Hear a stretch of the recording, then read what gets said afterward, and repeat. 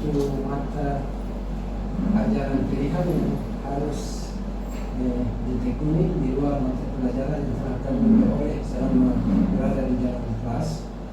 Saya sudah berkonsultasi dengan Pak Kadis, mungkin Bapak menjadi mentor kedua saya.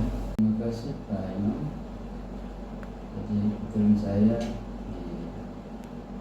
ditunjuk sebagai mentor kedua ya, untuk materi kayak pendidikan anti korupsi ya. Jadi yang akan saya sampaikan yaitu bagaimana kita mengenali dan memahami bentuk-bentuk tindak pidana korupsi untuk pencegahan korupsi pada Dinas Penanaman Modal dan PTSP. Dalam hal ini pada saat penyelidikan tindak pidana korupsi. Jadi apa definisi dari korupsi? Supaya kita bisa mengenali dan bisa memahami apa sih sebenarnya tindakan-tindakan yang masuk kategori korupsi. Jadi kita dengan bisa mengenali dan memahami bentuk-bentuk tindak pidana korupsi, minimal kita bisa menghindari terjadinya tindak pidana korupsi. Yang pertama mungkin kita bisa mencegah kita sebagai pelaku dari tindak pidana korupsi. Kemudian yang kedua, kita sebagai korban dari tindak pidana korupsi. Jadi untuk kita bisa mencegah hal itu, maka kita harus mengenali kira-kira apa sih bentuk dari tindak pidana korupsi.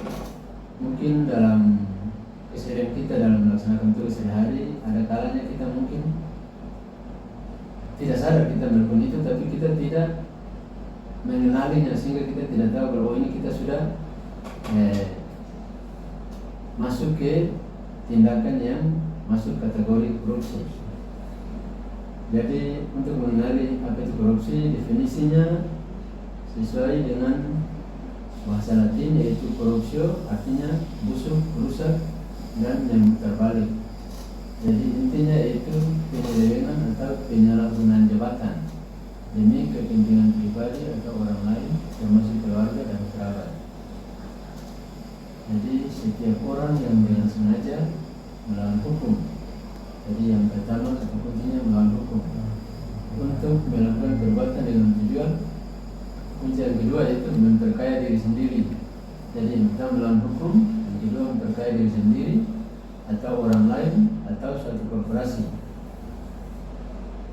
yang mengakibatkan kerugian keuangan negara atau perekonomian negara. Itu poin ketiga. Jadi definisi dari korupsi itu seperti itu. Jadi korupsi adalah tindakan yang dilakukan oleh pejabat publik di mana mereka menyalahgunakan kepercayaan publik yang dikuasakan pada mereka untuk mendapatkan keuntungan sepihak.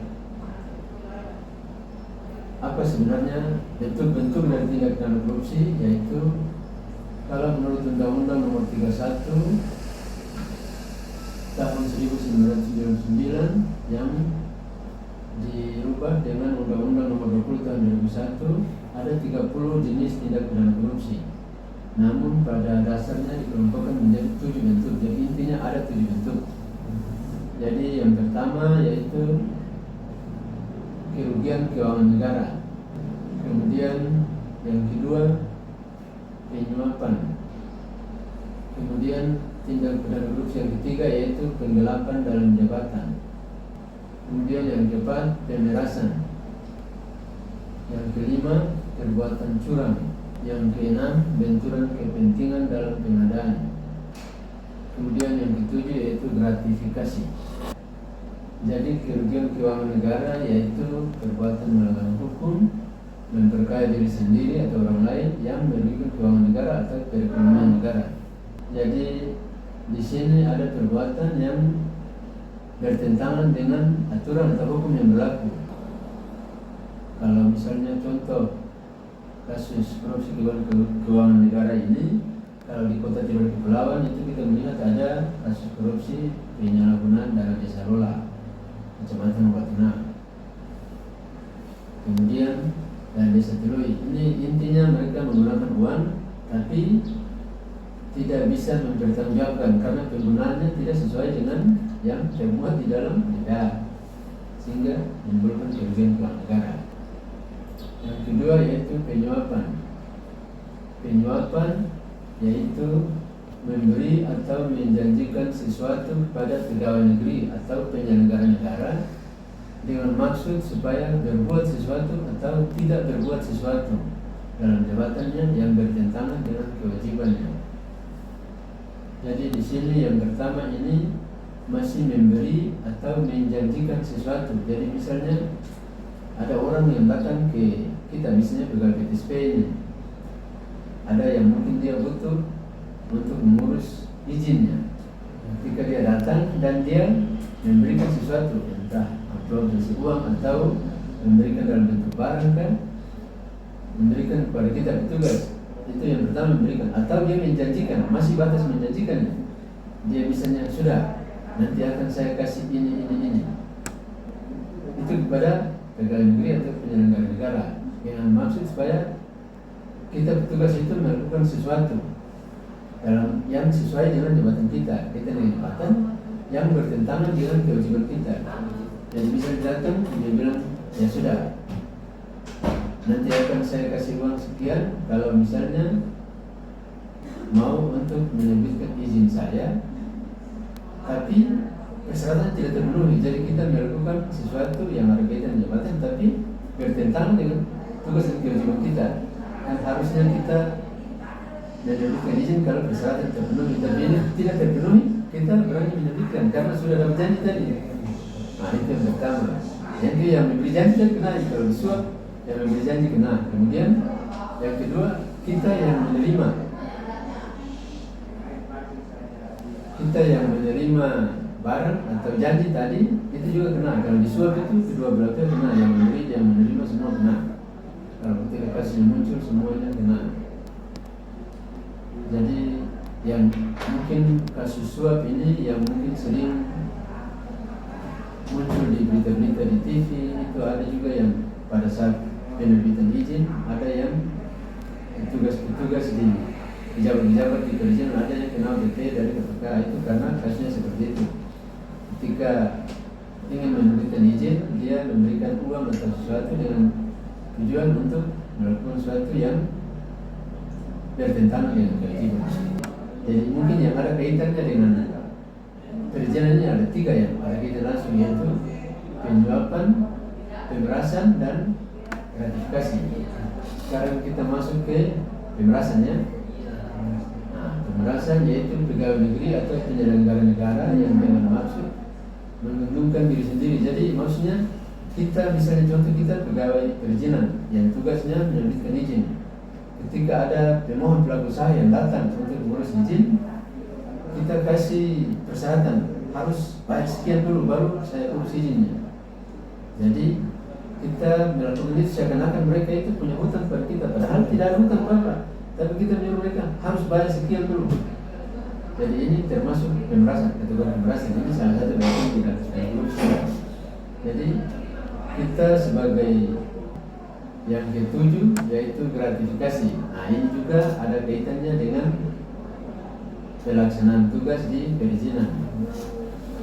Jadi kalau gratifikasi ini pegawai negeri atau penyelenggara negara, misalnya kita pegawai perizinan, kita menerima hadiah, padahal diketahui atau patut diduga bahwa hadiah tersebut diberikan sebagai akibat atau dengan harapan kita melakukan sesuatu yang bertentangan dengan tugas dan kewajiban kita. Jadi kalaupun tadi pada saat dia kasih uang terus secara sempat menolak, itu dia langkah yang harus terus tempuh, itu terus segera lapor di KPK. Kalaupun nilainya itu besar dan sejuta. Jadi poin penting di sini yaitu gratifikasi itu pemberian yang ditujukan berkaitan dengan jabatan. Jadi ada kaitan orang jabatan, kemudian bertentangan dengan tugas dan kewajiban orang.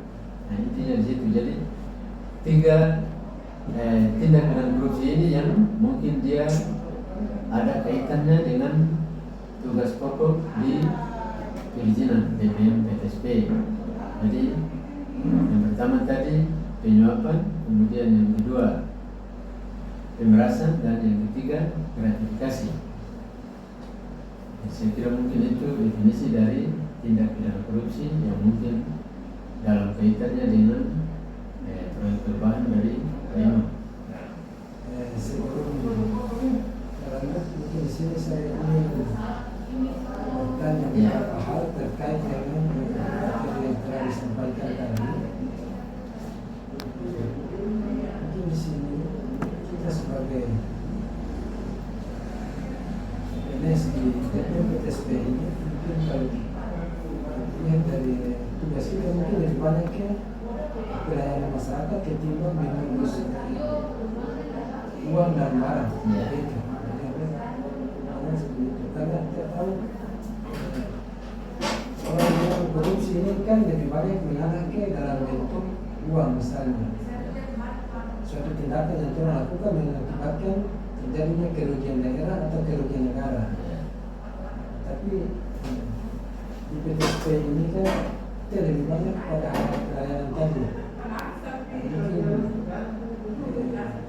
sebagaimana tadi sudah jelaskan sebelumnya, mungkin ada 3 bentuk tindak pidana korupsi, itu penyuapan, pemerasan maupun gratifikasi. Mungkin di sini saya ingin tanyakan terkait dengan